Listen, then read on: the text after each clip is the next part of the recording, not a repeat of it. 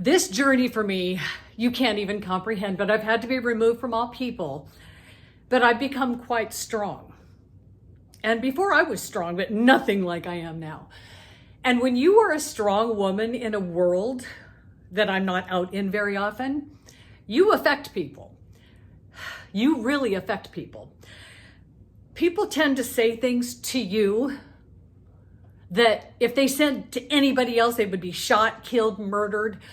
That most women would be disgusted, cry, they'd be devastated, they would call their husband, But to me, it's water off a duck's back because nothing could bother me. Sticks and stones can't break these bones.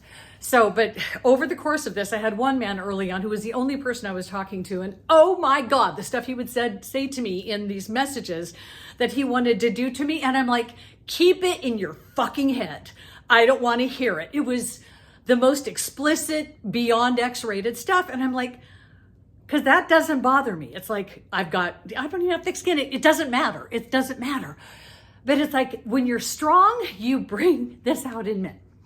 I had one follower who I was very grateful for. He's from India. I have quite a few from India. And some message me. They're very kind, but I know when they're following me. And there's one in particular who really shows his emotion. He loves me. And he wants to marry me, which I said, well, I'm legally separated, but I'm not marrying anybody ever again. But it's like, when I said that I'm not able to marry you, he went from love you for years to what he wants to do to me. And it has a lot to do with licking. Why do you guys want to lick things? Oh, and your obsession with boobs, I tell you. So they literally need their own. You guys need your own boobs. Just, that way all day you can have a good time. Nice segue. Speaking of boobs, when I was in high school, 9th grade, 8th grade, I was inverted. They teased me for being flat inverted. 9th grade, boom, I developed. Senior year, I was down to here. So boobs, I hated my life. That was the first thing I was going to take care of when I grew up, was get those things removed. But my mom, through insurance, was able to get it done right before I was 18, because we had insurance till we were 18, guys. You have it a little too freaking easy. Freaking. So these boobs were a novelty. I had to sit at the table during high school with the guys and the girls and have the men talk about, do you have to throw them over your shoulders when you shave your legs? Do you have to PE, they loved watching me run. And I was a cheerleader for 4 years. So, I brought people to the games just watching me effort, trying to get up and down. But I had fun doing that. I was not looking like I should, but it didn't matter. So my boobs were everything. And then they're gone, which I love that. So, but it was public fodder. It was like fair game that my boobs got to be talked about by everybody. What has happened to me is I've become very strong. I've become my strongest version of myself. I've become the strongest person in the world as far as I know. I know there's others like me. They're just hermits. They don't talk to other people. But over the course of this, I have been inside. I have not been out. When I do go out, it's like the same waiters, waitresses in Mount Shasta, same checkers. I knew them. But that was it. So here where I'm at now, I am in a small town in the Rogue Valley. And I had to get to a small town to have this experience. I don't want to cry. But it's been so huge. I mean, the end of the bridge is now. I know it. I know why I was put through this. So when I'm out, people won't leave me alone. I can't be left alone. It's like, if I want to sit and listen to music and have a glass of wine, leave me alone. But they can't. It's like, I'm such a magnet. Law of attraction. That's a magnetic world. It's all energy. So last night, I just went out to watch music, because I didn't get to last week, because I walked in, there was no bar seats, and I left. There's no table seats for single people. So I just leave. This time I went, there was one. So I sat there and I had to talk to him and him and him. And it's like, leave me alone. I mind my own business. And I don't have my shirts on. I don't have anything to attract them to me. It's my energy. So men are very drawn to a strong woman. You have no idea. I haven't been out in public. And now I am. And now that the bridge is done with this information, oh my God, everything is going to shift. So nobody saw my boobs in high school. They were mine and they were my problem. And all these men that are saying all these things that they want to do to me, to lick me, none of them are going to see my body. None of them. It's like, this is my temple. And just because you're really curious, no, it'd be magnificent, but you don't get to go there. No man gets to go there. No woman gets to go there. Nobody goes there. This is my body. I talked about this in a video I did recently. I walk in, I sit down, people want to pull me into their story. I don't want to be in their story, but this is what people do. You see somebody that you're drawn to and you want to make them part of your story. And this is where I say, leave people alone if they're meant to be in your story. Oh, it'll happen. It will. It always does. So what has come through? The bridge started, which nobody knows this. So the ending is so powerful for me because September 7th of 2024, I learned this information. I learned why centuries ago, I was in the room, I witnessed it. Centuries ago, men were sitting around, I don't know what they did at the time, cocaine, heroin, whatever, cigars, rolled something. And they had a conversation about how we're a problem. Because when we're nearby, they can't control themselves. Kind of like last night. When we're around, it weakens them. And so sitting around this boardroom of boys, they decided to start layering women and covering us up. Many are still covered up. Many women are still covered up. So when the bridge started, it showed me how that happened, how we followed the wrong guy. We went down the manhole where we get married and we lock into commitments that we can't keep. And we just followed the wrong people because we're all a bunch of followers. And if you just shut up and listen to you, you'll never follow anybody ever. You'll know your path. And that is all I've done. My life wasn't working, so I surrendered. In the fall of 2016, I looked up, said, it's not working. I surrender, and I didn't do it for the moment. As that moment, they said, go this way. When you're told where to go, you'll never check in with the brain or the body again. That was almost 10 years ago, and I'm doing that nonstop for all this time. And I've been away from people for over 4 years. And now it's been brought full circle. So we were covered up by men. I'm sorry, this is just so big for me because I knew this.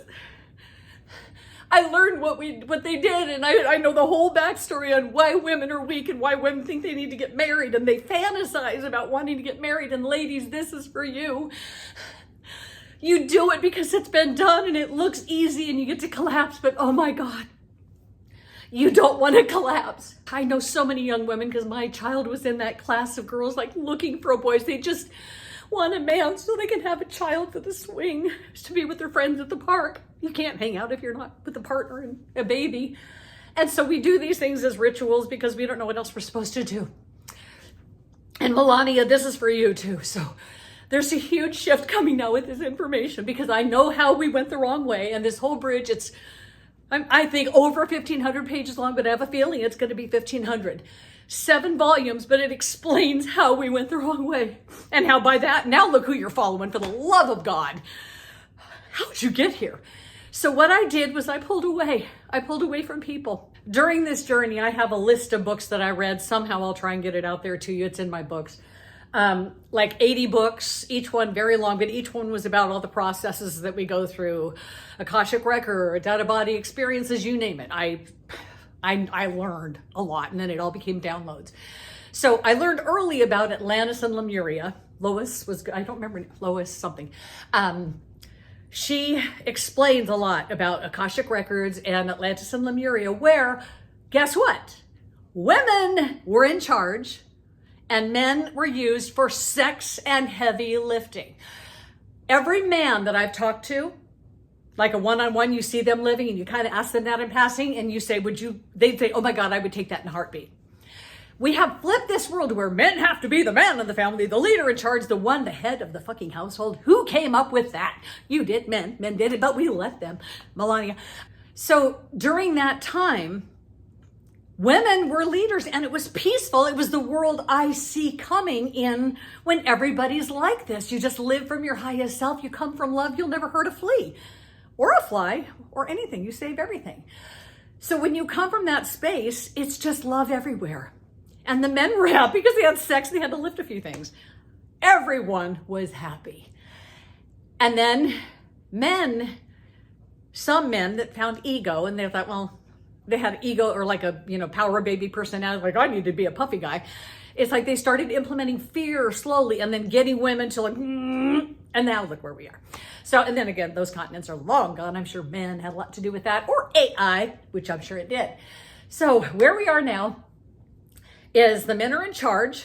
Women, we are equal. We're all equal, but for some reason we believe we're not. And so we are still treated like we're not equal. And we agree to that, especially women who are married and subservient. You love your husband doing everything. You don't know what I'm going to share.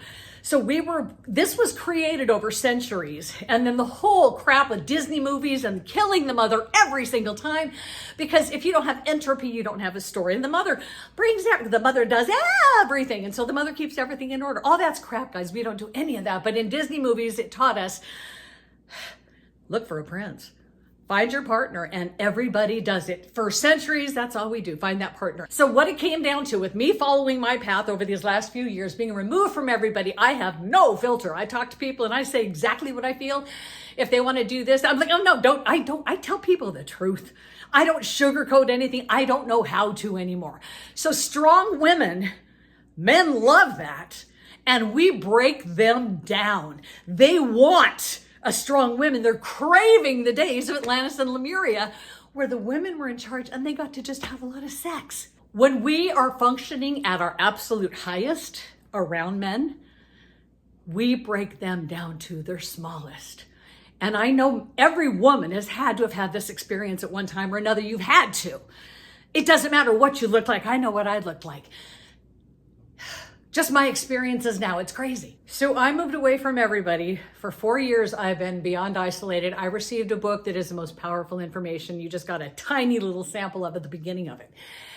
And I've learned everything about the planet, who we are, why we're here. I've been very much channeling for years, no people in my life. So when you do that, you become tough. In Mount Shasta, I had to chop wood, haul wood, build. It's like, there's nothing I can't do. I'm moving furniture around because I've got all kinds of new cabinets now. And I have sliders to move my furniture. It's like you could do anything. But what I've witnessed, you guys, what I've experienced, because I came here and I like to listen to live music. And that's what I went to do last night, just listen. But it was like, it was enough to where I have had to leave. It was like, I just left. I was like, the guy next to me went to the bathroom. I was out of there. It was too much. It was too much. He was still drinking. He was not going to be done. So I've witnessed this power since I left Mount Shasta. I went to Ashland. I was in the south part of Ashland, November 14th. Nobody knows what happened here, so I'm sharing this now. On November 14th, after the rat nightmare, the things I can experience and tolerate, it's like I'm way too strong. But yeah, so there's a video about that. It's on my YouTube channel. It's like I had the nightmare rats from hell and I brought it on myself, but I stopped it and then I was able to move. But it kicked me out. It brought me to Ashland, Oregon, that I didn't know existed. That town is magical, but unless you're there, you can't know it. There, I went all over the place and I discovered this place where I'm at now. This is not going to be my home. I know that now. I had to come here for this experience. So here, I'm at a few jams and stuff, and I do see this man a few times. He's got beautiful eyes. We make eye contact, but I feel nothing. And I'm having a lot of chats with his friend, the random dude that I did karaoke with. I posted that video. So it turns out they went to high school together. So anyway, so I see him a few times. He gives me his card, and he's a welder. So this thing behind me has a big metal bar around it, and it popped. And so I'm like, he can weld that for me. So I reached out to him. I'm like, can you weld this? And he can't because he's going back to Alaska now. But so he didn't have his stuff. But anyway, he's going to come over and help me. It turned out this has a clip. So he was able to get it together. I couldn't have done it. That's where men and strength. We do need them sometime. So he was here and okay, I'll just say it was hard to pull his teeth out of this because he was like pulling teeth. He felt a lot, but he wouldn't say anything. It was like, no words, whatever. So I'm like, no words from you, nothing from me, which wouldn't got anything anyway. But so I got to be with this guy just a few times. We hung out. He showed me the river and stuff. And then after that, that's when we held hands and I got to cuddle with somebody, got to hold. So I haven't hugged anybody in so long. And having that body contact like that with somebody that you're attracted to, that he's attractive, I wasn't physically, yeah, you know what I mean. So to have somebody just to hold me. And we were walking, like, put his hand on my back. I'm like, oh my God. It's like, but it's like no man is going to have me. It's like being touched is a beautiful thing, but needing it, this is where I become so strong. Women, you're in this situation where you're looking at men. You're looking for the eyes. You want to meet the eyes. And then you'll find him and he'll use you. He'll have whatever. You'll do things with him that make you disposable. But when you don't, when you say, back off, Jack, and you make yourself a priority, you put yourself first and you have the day you deserve. You don't do what they want you to do just because they like you and they want to lick your thing. If I ever hear that again, I swear, I'll hear it again. No, actually, I'm losing contact with people. So in this town, I got to see that I can't go out when I'm feeling good. It's like you're a magnet, but it's your power. It's like you've got this energy around you that draws even dogs to you. Everything is drawn to you. And like the waitress last night at the bar, she's adorable. She's on Instagram now. I'm going to make sure she sees us. She was introducing me. I'm like thinking, I need to tell her, don't introduce me to anybody, because that brings conversation, and I don't do conversation. So that was a difference too. But normally if I'm staring at, you could just feel the eyes. It's like, oh my God, look at the music. You just feel it.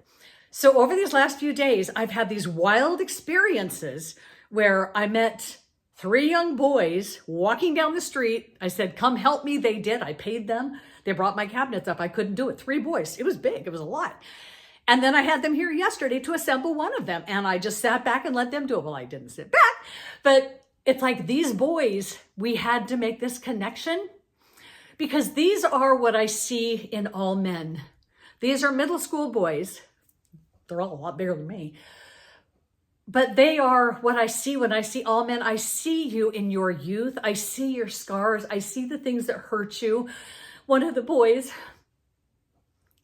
it's just so sad because I know how it feels to him because we believe this is bad, but his mother just died. And so it's like, I'm like, oh my God, it's good that he's here. He doesn't have a mom. And he told me, what started is, yeah, they used to go camping, they did all this stuff, and they haven't done it now. I'm like, why? His mom died. So your life doesn't change when somebody dies. They don't. And I explained to him, make a sign, come up with a sign for her to show you, because Alden is showing me roses always. So I had to meet these kids for so many reasons. We had the best conversation, but then I had the other guy. He came over and he was here for me with the guys too. It was kind of fun.